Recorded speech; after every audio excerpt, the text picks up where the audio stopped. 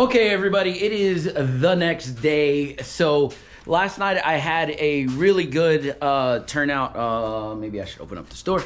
But what I did was I pulled the intake manifold off.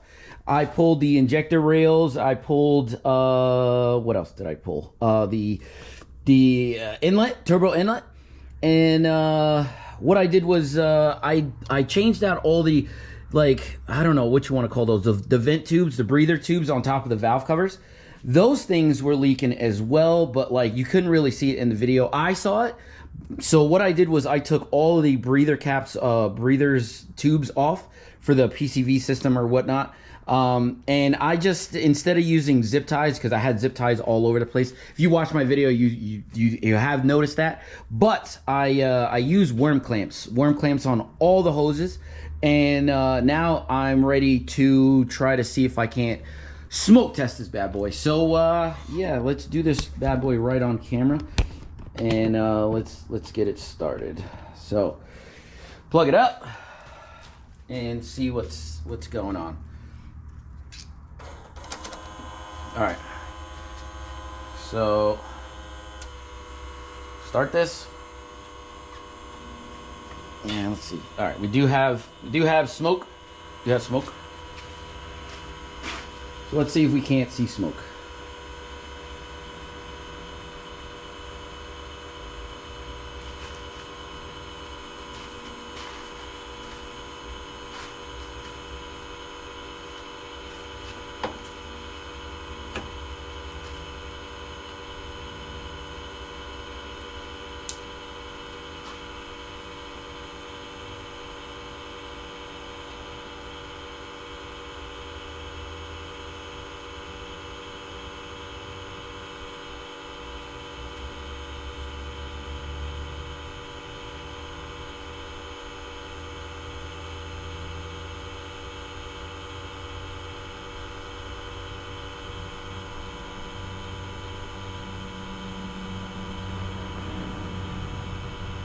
You can see a little bit of smoke coming from the other side over here.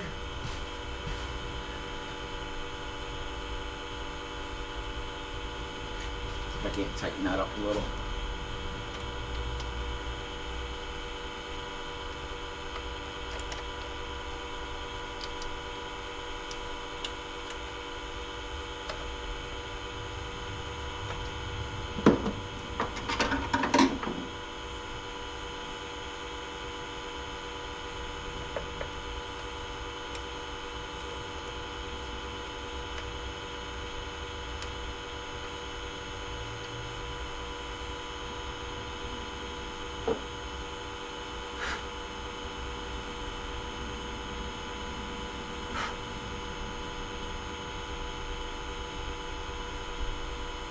All right, give me 1 second.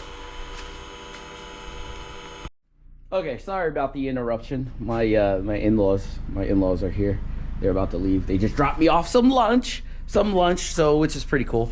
But yeah, so I pressure tested it, smoke tested it, and there was a little tiny leak back here, which I think is gonna be okay. Obviously, like the best that you want is no smoke, but I think it's definitely coming from where the catch can connects to the goes back into the block. That's where I think it kind of shows up.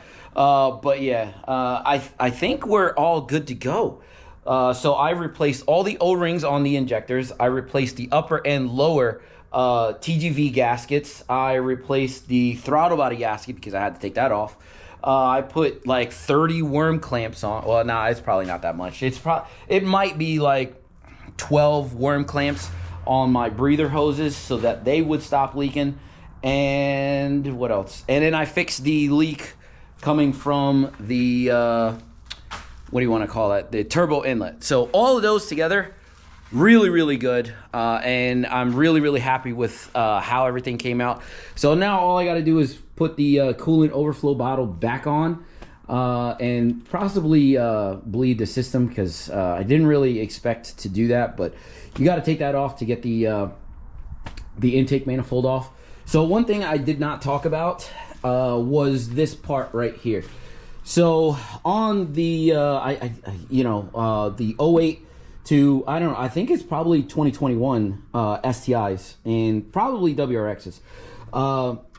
I use 1000cc ID injectors. So when I went for my tune at Prime, they told me I have a stock fuel pressure regulator, which is this here. And that's a big no-no. They told me that's a big no-no. So apparently I've been having issues with that part there, and I had no idea. I just thought that it was part of the tune, that it needed to be finished up. But they told me a lot about what was going on with the stock fuel pressure regulator and the system itself. And on the next video, I will show you how to remedy that, and it'll be cheaper than you think. So stay tuned for that. I will be wrapping up right now.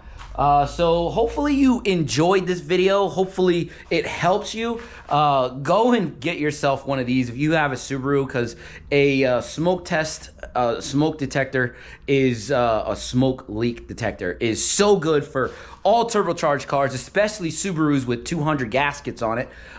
So yeah, get yourself something like that. So yeah, I'm gonna leave the video off here. So hopefully you liked what you saw. Hopefully it helped you with your projects in the future.